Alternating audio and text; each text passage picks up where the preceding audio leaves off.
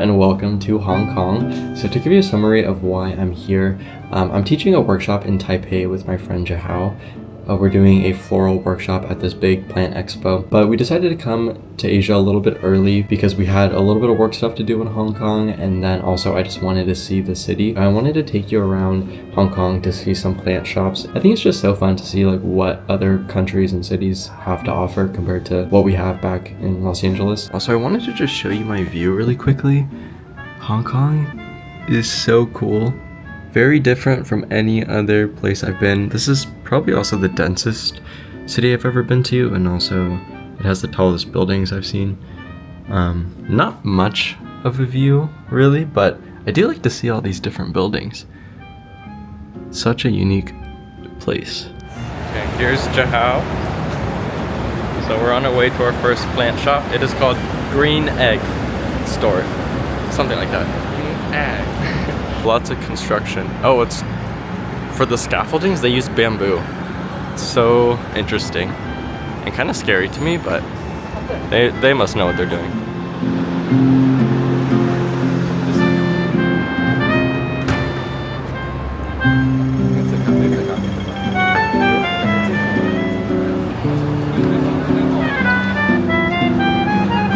I'm already so sweaty. We've been having to go uphill. Our first store is Green Egg Store. It's on the smaller side because space is limited in Hong Kong, but they're still able to fit a lot in their shop and have good variety. They predominantly have smaller houseplants that are fit for apartment living, which is perfect for Hong Kong. In terms of houseplant selection, it feels similar to a shop I'd come across in a US city, but there are still some things that stood out to me. Kokedamas seem well known in Hong Kong. We saw a lot of them throughout our trip. This store sells little kokedama with matching saucers. Most of the plants they're using are plants used for bonsai, like maples, ficus, sarissa, and elms. They had some succulents, and from what I can tell, succulents, especially caudex, are very popular in Asia. You'll see them a lot throughout this video. I thought this tray was a cute way to organize a small grouping of plants. This next plant is a hydrangea, and I'm curious if they're selling this as a houseplant since hydrangeas typically have a winter dormancy, but I was thinking that these would be beautiful as kokedama. Here are more of the houseplants they offer: philodendrons, begonias, ferns, ficus. I think where this store shines though is their pot selection. They have a lot of pots with unique glazes and shapes that I haven't seen before. I believe most of these are made by Japanese ceramicists. The ones I looked at ranged from about $50 to $100 US. Jahao was deciding between these two and he got the one on the right. I was thinking about getting this one, but I didn't feel like I needed to have it, so I left it behind. Now we're at a cafe because it is very hot. I am drenched in sweat and I am reluctantly including a picture to prove it. So we're back at the hotel and I had to change my shirt because the kind of fabric it was, it like grabbed and absorbed all of my sweat, and then it just showed so much sweat. It was kind of disgusting and it just did not look good on video or feel good either, so we had to come back and I had to change my shirt. And I also needed to get the wide angle lens, which I have on right now. That way you can get a better view of the shops. Off to the next one. Let's go to Forest Round. Cute name. After the sweating ordeal, we are taking a taxi from now on. This is the location of Forest Round. It's not really what I'm expecting. We're going into an old factory building and up the elevator to the 12th floor, and Jahao and I are lost, so he walked around to find the owner. If you're having a hard time finding the store, just send them a DM on Instagram. They will help you out. I was curious about it, and you may be too, so I asked why their store is located in a building like this. So I learned that rent in Hong Kong is really expensive, and the places are small, especially in busier city centers. So small businesses and creatives will rent out rooms in old factory buildings so they can have a larger space with more affordable rent. We made it to the store and it felt completely different to where we just were. Oh wow, okay, this is really... Okay, well yeah, we'll just start looking around. Thank you. Oh wow, the ceramics are really pretty. The journey was definitely worth it. I'm gonna give you guys an overview of the shop and then we'll do a little walk around. So here's when you enter. Some nice trees. This area has a lot of small houseplants in nursery pots. And then I loved this little display area. The space is furnished with vintage or antique wood furniture, which goes well with the ceramics and plants. It has a cozy eclecticness that I love. So yeah, here are more caudex plants. We got some Pachypodium, Adenium, and a Denia. I am really impressed by this pot. I'm always impressed by things I don't understand, like how did you go about making this? I love this plant. It's an oxalis whose common name is fire fern. And then they have a ton of small succulents. Look at these mini ones. So cute. There's this small Operculocaria decarii. This is a dried air plant, but it's actually really cool. And I like these a lot. Look at these little stands. Is it attached? Oh, no, it's not attached. That's a cool idea. I like that. This plant is so dainty. I think it may be a Sarissa, and then I'm into this planting arrangement with the pot. I like how the tuber of the ZZ plant is emergent. Here are some more beautiful pots, all very unique shapes that I haven't seen before. This pot here is so pretty to me. The shape is just perfect. This is crazy. It's beautiful. I don't even want to touch this one because I'm scared I'll ruin it, but yeah, this is all one piece. Like an old lantern. Oh, this one too. It's like lantern style. One of the owners is also a ceramicist, so this space doubles as their ceramic studio. This shop sells her ceramics as well as other small artists. Work in progress, and I have to cover it because make sure that... Yeah.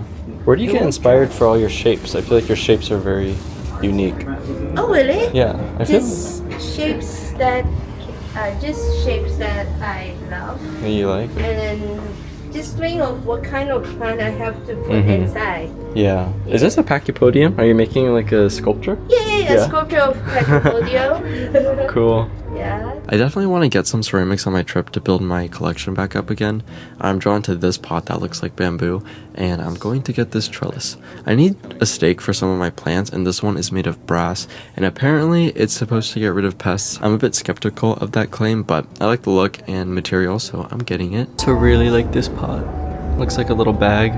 Okay, so I think I'm gonna get this one with this coaster, and then this bamboo pot with this wood coaster, and then I also really like this trellis. I think this trellis is really cool. That's it for Forest Round, and we're off to the next plant shop. So before we head over to the next plant shop, I'd first like to talk about Climate Power, who I partnered with for this video. I'm partnering with Climate Power to spread awareness about climate-related issues in the United States, and today we are talking about extreme weather disasters. So many people think that extreme weather disasters won't happen to them. We see images and videos through our phone screens and on social media, but it's difficult to imagine it happening to you. I know that that's how Chris and I felt before the fire in Altadena. The reality is, wildfires, droughts, and floods are increasing in frequency and intensity, and we've seen that this past summer and the past couple of years. In Altadena, where Chris and I lived, FEMA assisted with post-disaster recovery efforts like finding people temporary housing after the fire. So they connected people with hotels temporarily while they looked for longer-term housing, and they also helped with things like debris removal, which is very important. And these are just some of the crucial services needed after disasters. Despite all of this, the Trump administration has proposed over $1 billion in cuts to disaster preparedness and response programs. These cuts would eliminate training for first responders, reduce funding for emergency alert systems, and leave FEMA understaffed and underprepared. During the devastating LA wildfires, Trump said he would not allow disaster aid if voter ID laws were not passed. And this is a condition that is completely unrelated to disaster recovery efforts and is entirely politically motivated. Extreme weather disasters can happen to any of us, and we need to make sure that we have the systems in place to respond effectively when they do. Our communities deserve non-politicized disaster assistance that puts people first. Okay, we have arrived at our next location called Green Note, and it's also going to be an adventure to get up there. We're also in like an industrial area. There's a bunch of these big trucks around me. And then this is the building that we're going into. Yeah, super industrial. This probably is like an old factory or some type of something like that. Jahao is currently trying to figure out a way to get inside. So let's go. Similar to the last shop, this one is also in a factory building. I'm guessing it's a mechanic or auto shop area since there are a ton of cars and mechanics out here. Once again, we're headed upstairs in an elevator, but we're more prepared this time and we found our way around pretty easily. This is Green Note, 6th floor, walk left. You can't miss the green door. When you walk in, you see industrial shelves with a ton of beautiful tropical plants. It's really a mix of everything. Jahao, come over here, look at this monstera. Look how white it is. It's like also a cabinet. Do you have a little reptile here? Hey baby! Oh, it's fake. That's fake. Oh, I look thought at it's these! real. Look at these little terrariums. This is a very good sidecar. Oh wow! How could this live? This is not possible. It's cannot photosynthesize, right? Yeah, it's so many leaves too. Yeah, the new And it's leaves growing also new coming leaves. out. That's cool. I've never seen a variegated cycad before. I like this one. This is the grow light I have actually. This is so intense. It's a mini version of the foxtail. I don't know if I've seen one like that in person. Oh, this is pretty. Oh, like bottle tree. This leaf looks too like very indoor leaf. Wow, that one's really pretty. I like the shelf. In the back of the shop, they have larger statement plants, and look at how cute this shop cat is. The first half of the shop is that industrial shelf growing area, and the second half is set up like a home, so you can get an idea of how the plants would look in an interior setting. This philodendron is magnificent. It's so big. I believe it's a patricii. And now we are off to Taiwan for the Taiwan portion of the video. The first shop we're stopping at is called A Life with Plants. A Life with Plants is located in New Taipei City. They sell plants, ceramics, grow lights, and plant stands. Pretty much everything you need to integrate plants seamlessly into your interior. And this is a very large space. It's a beautiful showroom, and they also have a climate controlled greenhouse in the back and a living room setup and even a bar. How cool is that? Okay, so this place is kind of a studio. I don't think it's open 24/7, but they also grow really amazing plants in that greenhouse over there. So let's just take a walk through and I'll show you what there is. So I just walked up from these stairs and you're greeted with these really nice, really pretty pots. Just a bunch of different variety of terracotta pots. And then you'll see more of these stands. The owner, he designed these stands and he makes them for plants. I love apothecary units. This is like vintage style apothecary unit. Here's a shot of the space when you enter. And then more pots over here. These rugs add a nice touch to the atmosphere of this place. And then here's one of the stools again. Very nice quality. I think I kind of want one, but I don't think I have enough room. More plants on a vintage style cabinet. I like the aesthetic a lot in here. So more pots, more plants.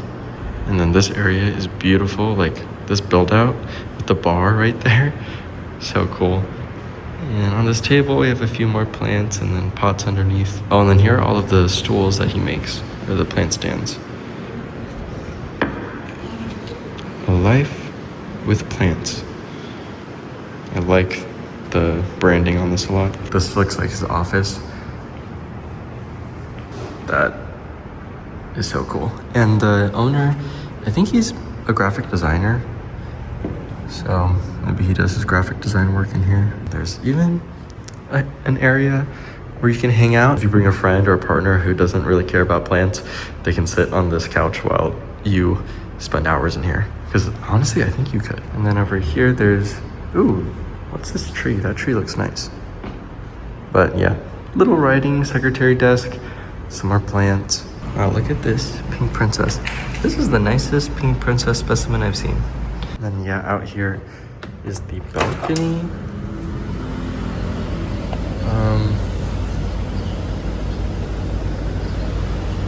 It's really nice out here too. I don't know if this is like part of the shop or just a private area. Like little fish. Oh, I want one of these little goldfish so bad. They're so cute. It's a little ranchu. And then look at this aquarium. And then here's the other side of the balcony, but now let's just head back inside.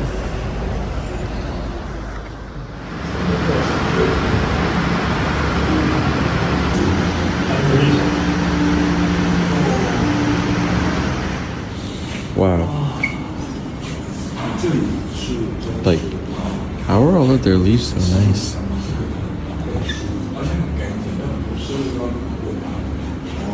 I think he like really dialed in the temperature and the airflow and stuff and everything. It looks so healthy. Wow, there's a ton of really nice plants in here. I'm just gonna walk through some. You all can see what they got. One Styroprom Works Flame. like caramel marbles, variegated plants. Some small babies down here. This is so nice. I like that begonia. Wow. These plants look perfect.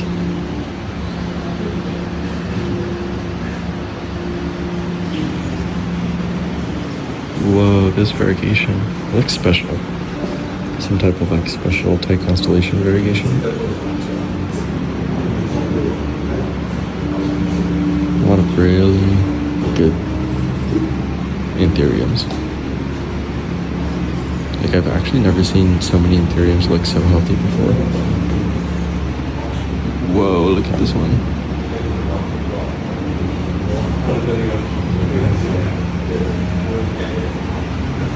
Look at this queen anthurium.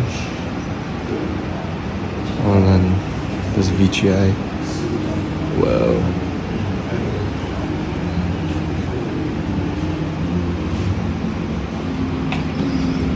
Down here, so many variegated monsteras.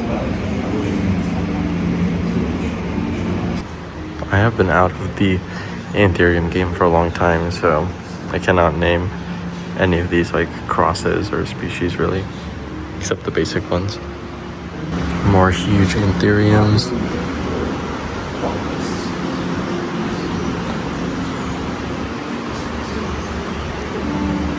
Okay, this is a giant. Oh, I don't even know what this is. I thought it was a squamiferum, but I don't really know. It's so big. I've never seen one that looks like this. But I've never seen these green hairs. I've only ever seen red hairs. Looks like the Grinch. Is this Patricii? Patricii? Yes, huge Patricii. I know. I only see them small.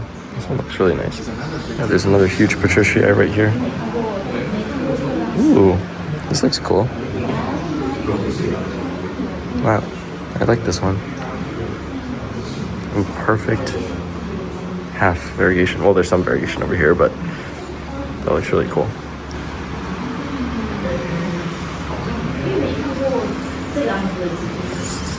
Oh wow, this looks like philodendron. Never seen this before. Wow, the bistia. We're trying to figure out a lot of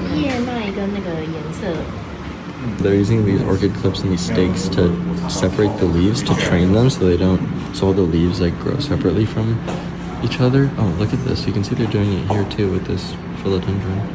And then they're also doing it over here with this billieti. That's really smart.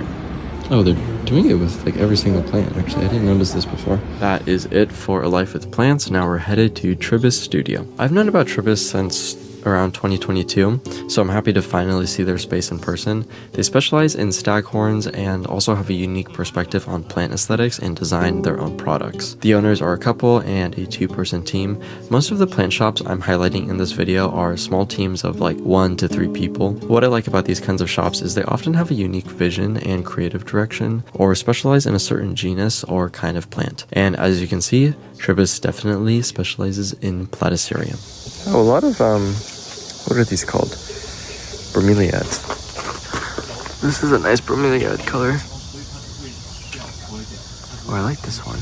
Oh, spiky. These are some of their cool planters that they make. The like stainless steel cage thing. Look at these platycerium. So many. I love these little fingers. I miss my platycerium. In Asia, they're really into different kinds of platyceriums. I feel like in the US, there's not that much interest in the different varieties, at least not like it is in Asia. They have grow lights here, even though they have a greenhouse. Oh, this one's really pretty down here. Look at how the leaf curves like that. Really like that one. Whoa, look at these Ridleyi. Look at that moss. This is a thin leaf Ridleyi. Can you tell?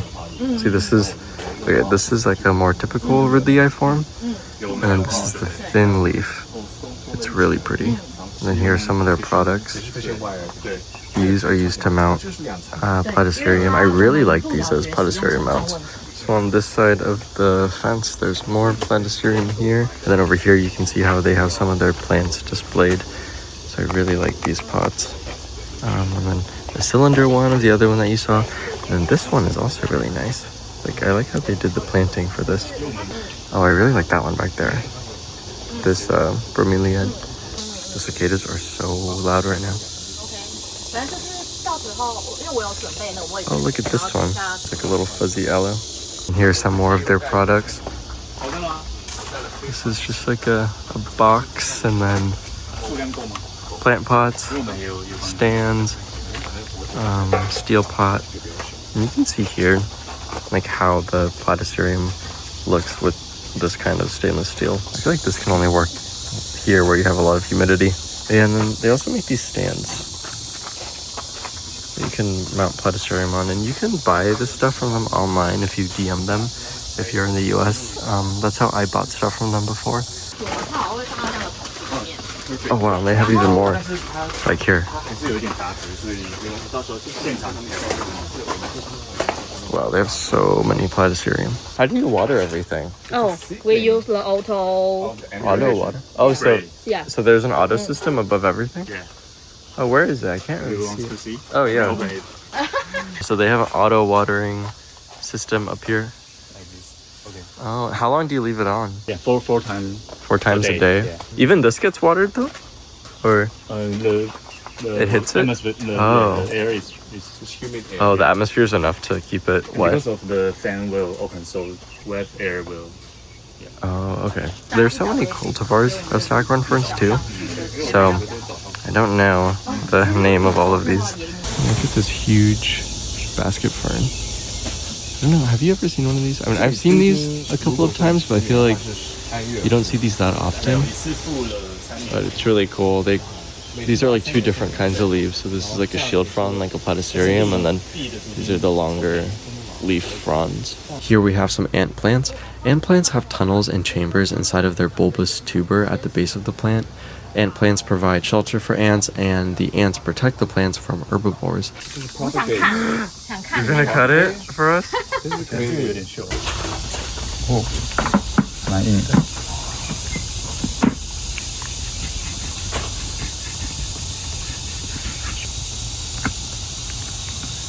Wow.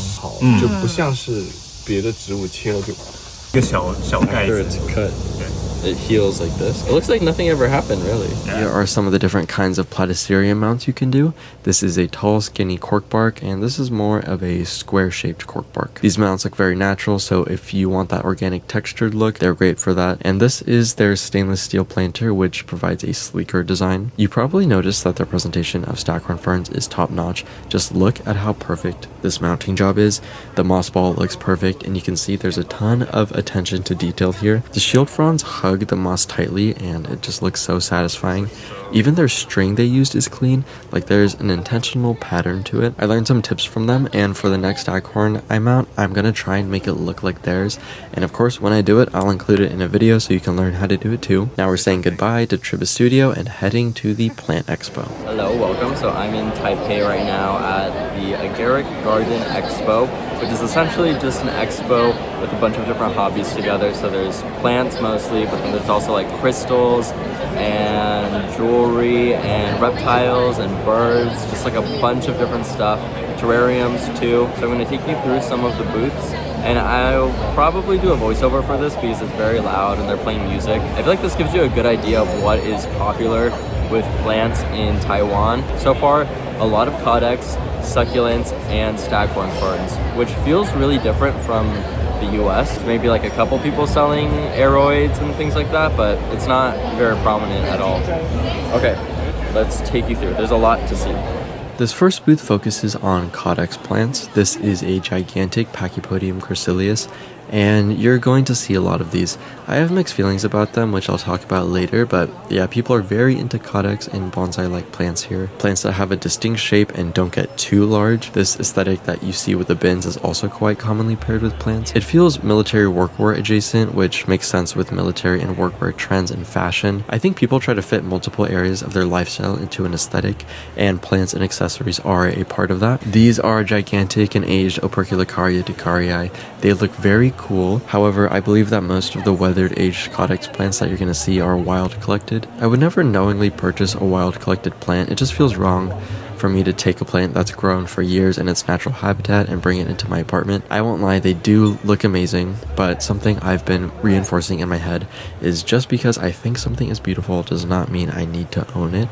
You can look at things from afar and just appreciate them. The next booth also specializes in caduciform, a lot of Pachypodium gracilius. This is a popular plant in much of Asia. If they have a weathered, gnarled, and compact look, they are likely wild collected. The Pachypodium gracilius is from Madagascar, so wild collected plants are dug out of the ground and then exported to other countries. Pachypodium are listed under CITES, the Convention on International Trade in Endangered Species, and they're listed in Appendix 1, which means they are threatened with extinction, and the international trade of these plants is prohibited. I'd like to believe that most plant people would not intentionally contribute to the extinction of plants, so please do not purchase wild collected plants, no matter how cool they are. I feel like most people just don't know, but you know what is cooler though? Growing these plants from a small seedling, keeping it for years and years, and having it grow into a large plant. Lately, I've seen more and more seed-grown Pachypodium gracilius for sale, so if you want one, buy it seed grown. The next shop is called Green Humor, which I really like. They have plants I never knew existed. When you first look at the plants, they look regular and run-of-the-mill, but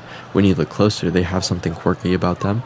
The owner of the shop told me he's into curly leaves, and once he said that, I was like, wait, so many of these plants have curly leaves. Check out this money tree with curly leaves.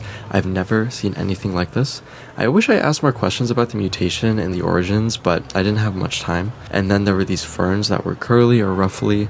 I don't know too much about ferns, so I can't tell you what they usually look like, but I knew these were a little special. I think this bromeliad is gorgeous. The bright green with the gradient purple, along with the shape and the curl of the leaves, look beautiful together. And then I thought this ceramic was quite cute. This shop only sold olive trees, which I found interesting. I wonder if these are sold for indoor growing or outdoor growing. These are Mediterranean plants, so I'm curious to know how they would do outdoor in tropical Taiwan. This is one of the many Platycerium booths. I just want to show you the variety of staghorns they have at reasonable price points. The Ridley eyes are 500 Taiwanese dollars, which is about 17 USD. People in Asia have better access to Platycerium varieties since they're just so much more popular here. This booth only sells Euphorbia obesa and agave. There's one agave that I'm really into. The leaves curl down and wrap around its base. Something about its shape, color, and growth pattern is very attractive to me. I've never seen anything like it. This next booth sold mainly Everfresh trees, and people were buying a ton of these. Like much of Asia, Everfresh trees seem to be very popular and widely available. There were also a ton of beautiful ceramics at this event, but I'm trying to focus mainly on the plants here. You know how I said Codex were popular here? Well, there's even a booth called Taipei Codex Club. This booth had different Codex than what I'm used to seeing. Instead of the typical Pachypodium or Dioscorea, they had more tree, bonsai-like plants. This booth has giant Astrophytum and Areocarpus.